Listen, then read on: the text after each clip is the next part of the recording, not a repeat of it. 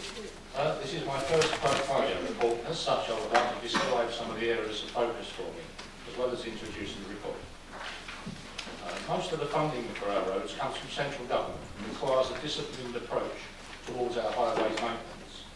The highways maintenance efficiency programme that we follow requires local councils to demonstrate that they are making the best use of their finances and developing a whole life strategy for our roads. I'm pleased to say that over the last year we have improved to grade 2. This is important to us as an authority as funding is now directly related to our performance. If we had not improved performance, significant future funding would have been in jeopardy. We, in conjunction with different partners, have also been successful in the development of many schemes for road and infrastructure improvements. The LED changeover of our street lighting was on target to be completed mid-April with significant annual savings. We've also been awarded cycling infrastructure finance, and the construction phase of this scheme is due to start soon. Funding approval for Stanford Hope Station refurbishment, together with the transport package, will enable current commuters and future workers at DP World to access rail journeys with more ease. Approved financing has also been provided for active travel access to jobs, which means walking and cycling to work. The A13 widening project is awaiting confirmation from the Department of Transport funding prior to initiating detailed design works. And trials of a pothole spotter are currently taking place. We welcome the opportunity to be a test bed for all these new initiatives in Thurrock and at zero cost to the council. I'm pleased to say that our bus services have been maintained this year and additional times have been implemented on one rural route at no extra cost. The Lower Thames crossing is never far from online, however, we await an announcement. Congestion has caused concern throughout the borough, particularly when Dartford crossing has hiccups. As many of you are aware, the Congestion Task Force, which I now chair, has been in place since April last year.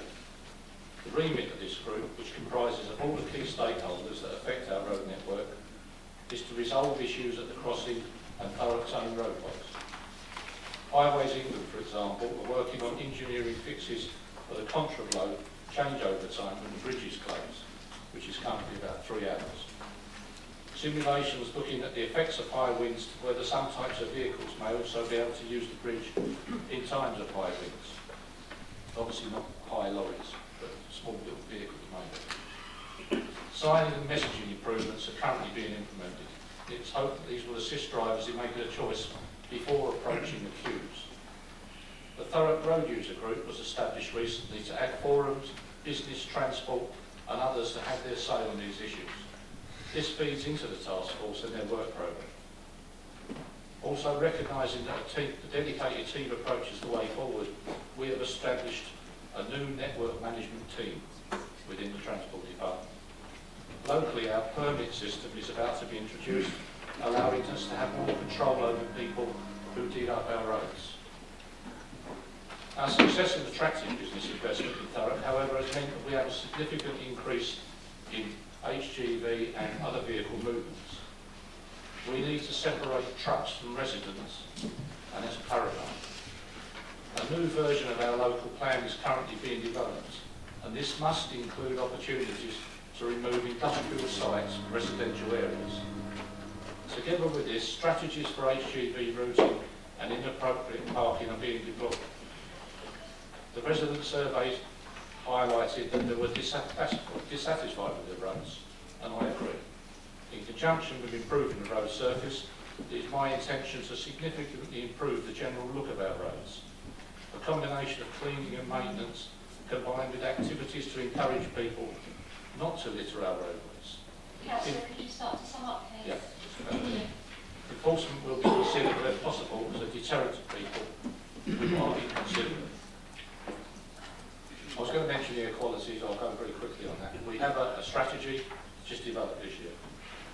There's a scheme, in terms of there's a text here about people pursuing behavioural changes. We need to pursue people's behavioural objectives so that they don't keep doing things that they shouldn't do. And that's about education, Lastly, I'd like to thank my office team for their hard work, dedication and willingness to adapt. Thanks also to the residents, forums, bus users group, road users group, congestion task force, overview and scrutiny committee for their contributions. With that said, I'm going to stop. Thank you. Councillor Rice, as Chair of the Planning, Transport and Regeneration ONS Committee, will you speak? Yes, thank you, Madam Mayor, and thank you, Councillor Little, very much for your report, which we've welcomed. And we really believe that the switch for roadworks from notice to permitting is indeed a step in the right direction. So good move there. And I'd like to, for the Chamber, to acknowledge the input of Councillor Andy Smith, who, for his work with David Ball in planning the replacement of our street lighting, which is now coming into fruition. So I'm sure he's smiling down on us from up there. Absolutely. Or down there, where we can. He would laugh at that one. He would laugh at that one. No, that's funny. Okay. Thank you. I commend the air quality strategy. But note that the air quality managed areas have increased from 16 to 18 in the last year across the borough. So could the portfolio holder please spell out what measures he's taken to reduce air pollution and what the outcomes of those measures are? In particular, I would like to ask the portfolio for his assurance that the 1,500 road bollards will be kept clean, as some are really an accident waiting to happen, as although they're supposed to be lit up in the dark so we can see where we're going, they're so dirty you can't see them and people are crashing into them. So I would ask the portfolio those two things. Thank you very much. Thank you. Councillor Little. Thank you very much for your kind comments, or most of it. 16 to 8 air quality areas. We do have an increase in air quality areas. We also have a number of quality zones that are going to be removed as well. It is in the air quality strategy, and the works that are being done in each of the areas to mitigate the air quality issues is also in the air quality strategy, which went to your committee some months ago now. But it's in there and we're working on it.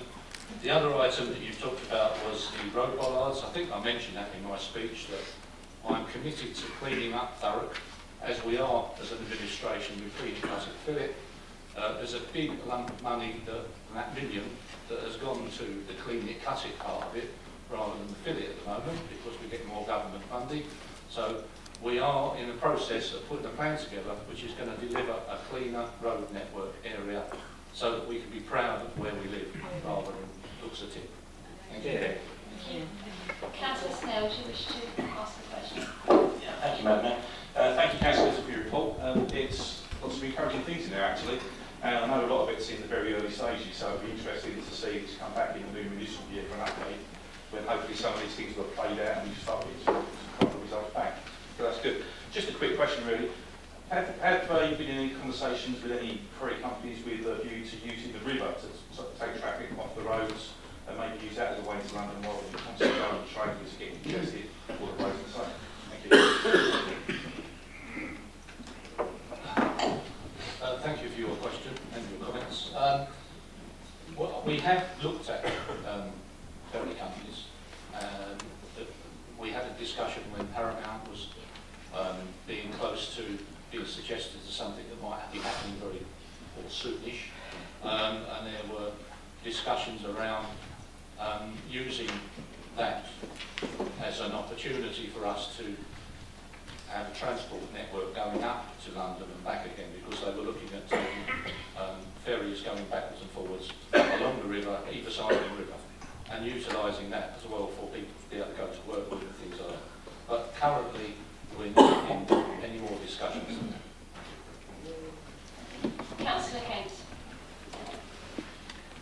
The portfolio holder told us in his remarks that the Lower Thames crossing is never far from his mind. It is therefore disappointing that it only merited 2 sentences in his report. The portfolio holder will remember that we signed up in a cross-party manner, absolutely unanimously, to our response to the consultation from Highways England and came up with 17 reasons, good reasons, sound reasons against a new further crossing here in Thurrock.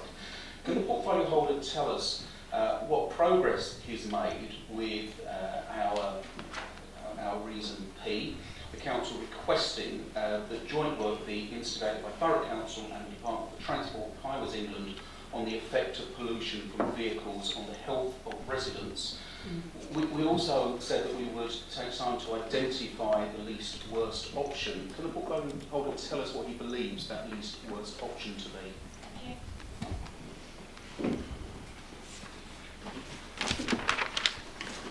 Thank you very much. I can't comment on the joint work with the health residents. I will find that information out and give it. I don't have it at hand. And the one about identifying the next least worst option, I don't have that information to hand either. But it was never far from you. Is that something I can comment on? As I wasn't mentioned directly. No. Oh, it's a shame. Councillor Smith.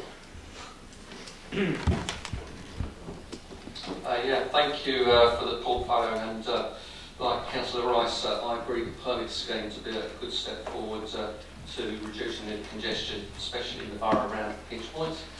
I've received some reports of the potholes re-emerging after repair, though this may be anecdotal and indeed a case of mistaken pothole identity. I just wonder if would the portfolio holder look into that for me. Regarding the growth around the lakeside basin outlined on page 124, I foresee an increase of traffic in this area, and will you make all representations to ensure that maximum traffic flow in and out of the lakeside area for all our road users is paramount? With air quality report on page 125, I note how the strategy is planned to be delivered, though I do not know any targets. Councillor, sorry, it's one question. Oh, I'm so enjoying myself. I know. Councillor Little, can you answer the question asked, please? The easiest one, The best thing for me to do then would be to thank you very much for the information on the pothole one. This pothole, the jet patching that we were doing to protect the surface of the road is not 100%. It's probably about 95%, but it does deliver protection throughout the period when it's icy and prevents things blowing out anymore. But if there are any reoccurrences that people think that's happened, if you please let me know, and we're putting that into a dossier to either look at doing things in different ways in certain areas, because that's not the only technique we use. In terms of lakeside, yes, I'm completely with you on that. We've done a lot with some of the work that we're doing with lakeside makes assumptions for people cycling to lakeside on a regular basis, and at the moment I haven't seen too many people on bikes around there. We talk about modal shift, we talk about people being in a position where you change people's minds about bringing cars into the areas, and some of that has got to start to happen because our plans don't work without it. Thank you for your questions. I won't answer any more. Thank you. Councillor Duffy, can I just remind you it is one question? I would have to question where your party currently stands nationally on the Thames Crossing. Depending who you speak to, you all seem to have different policies.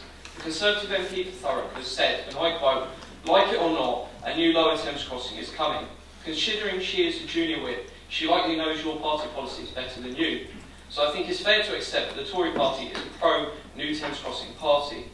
If the Thames Crossing gets permission from your government, will you resign as the portfolio holder for transport, and will you resign your Conservative Party membership? Then you can either sit as an independent against the new Thames Crossing, or join UKIP, the only party represented in this council chamber to nationally oppose a new Thames Crossing in Thurrock."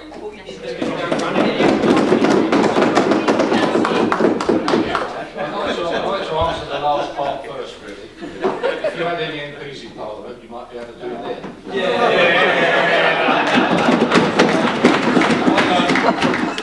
I But I represent the Ilson ward, of which most of the routes that are being proposed tend to touch or go through. I also represent the residents of Thurrock, and I do as well good a job as I can in doing that. I discuss things with people, and I hope to put pressure on people at a national level, but that's as far as my influence goes, and I will not be resigning if the crossing goes wherever it's going to go, or whatever happens. My resignation will be when I feel like resigning, rather than when you think that you can encourage me to join you. But thank you very much for the offer.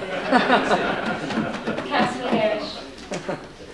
Thank you, Madam Mayor, and thank you, Councillor, for your report this evening. I think there's a lot of very good stuff in there. It's good to see the big infrastructure projects in particular moving forward for Thurrock.